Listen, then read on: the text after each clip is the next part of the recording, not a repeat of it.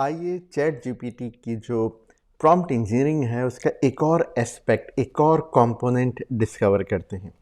और वो कंपोनेंट है कि आप किस तरह चैट जीपीटी से ये कह सकते हैं कि ख़ास पर्सपेक्टिव में आंसर दो। क्या मतलब है ख़ास पर्सपेक्टिव में आंसर दो? देखिए, मैं आपको एक एग्जांपल देता हूँ। फॉर एग्जांपल, आप किसी से पूछिए कि टाइम क्या है। अब अगर एक मैनेजर से पूछेंगे टाइम क्या है, तो मैनेजर के लिए टाइम एक रिसोर्स है जिसको वो मैनेज करता है और उससे मैक्सिमम बेनिफिट लेना चाहता है। अगर आप एक फिजिसिस्ट या जो फिजिक्स का इंजीनियर है या साइंटिस्ट है उससे पूछेंगे तो उसका पर्सपेक्टिव बिल्कुल डिफरेंट होगा टाइम के बारे में। वो थ्योरी ऑफ रिलेटिविटी एक्सप्लेन करेगा, वो different other angles of time define करेगा। लेकिन अगर आप किसी स्कॉलर के फिलोसोफर के पास चले जाएं तो उसके लिए टाइम कुछ और चीज़ है, एक मेटाफिजिकल फैक्ट है उसके लिए। तो आइए हम ये देखें कि किस तरह हम चैट जीपीटी को ये कहें कि अपना पर्सपेक्टिव चेंज करो फिर आंसर दो। हमने पहले एक वीडियो में ये देख चुके हैं कि किस तरह आपने ये डिफाइन किया था कि ऑडियंस क्या होनी चाहिए, किस ऑडियंस को आउटपुट मिले। अब हम ये कह रहे हैं कि किस पर्सपेक्टिव से आंसर तुम लेकर आओ। ठीक है, आइए मैं let me share my screen and मैं फिर आपको शो करता हूँ।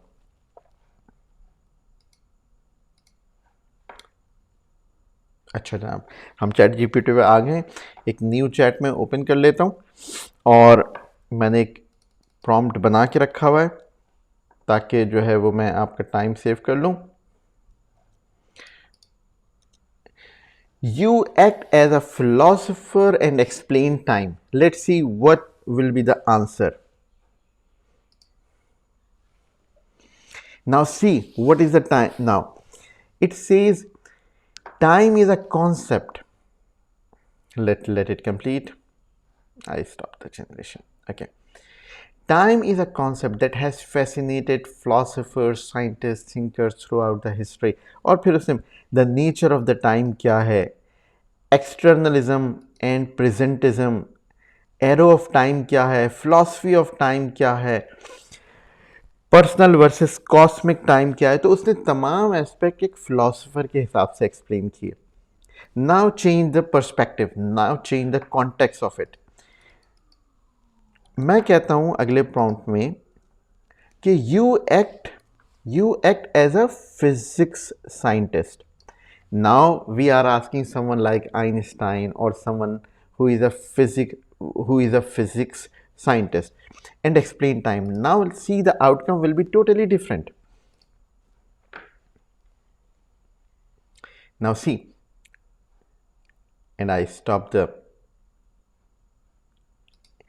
see I have stopped the generation of the answer. See, quantum mechanics, general relativity, time dilation, time dimension. So physics की अगर हिसाब से देखें तो टोटली एक टाइम एक डिफरेंट चीज़ है, एक फैक्ट ऑफ नेचर है जिसमें जो है फिज़िक्स एक साइंटिस्ट जो है वो टाइम को देखता है। तो देखिए बिल्कुल डिफरेंट एक आंसर है। जबकि अगर मैं एक मैनेजर से पूछूं कि भाई टाइम क्या है, टाइम क्या चीज़ है, अब मैनेजर का जो व्यू होगा, एंगल होगा चीज़ों को देखने का, वो बिल्कुल डिफरेंट होगा। वो प्रोजेक्ट्स मैच कर रहा है, वो रिसोर्सेज मैच कर रहा है। Let's see what will be the response. Now see what is the perspective of a manager as a for time. So it says, as a manager, understanding and effectively managing time is essentially for productivity. Okay, and then he explains everything: meeting goals, ensuring success, everything. Time as a scarce resource, right? Prioritization, goal alignment, time management tool, time backlog, delegation. तो सारी चीज़ें जो management के expert से हैं time की, वो explain कर रहा है। तो हमने क्या यहाँ पर मेन चीज़ सीखने की क्या थी? हमने कहा you act as a manager, you act as a physics scientist, you act as a philosopher. तो आप इसमें कुछ भी, you act like a teacher, you act as a mentor.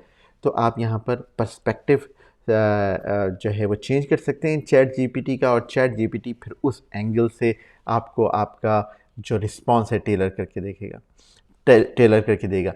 तो इज़न्ट इट अमेजिंग?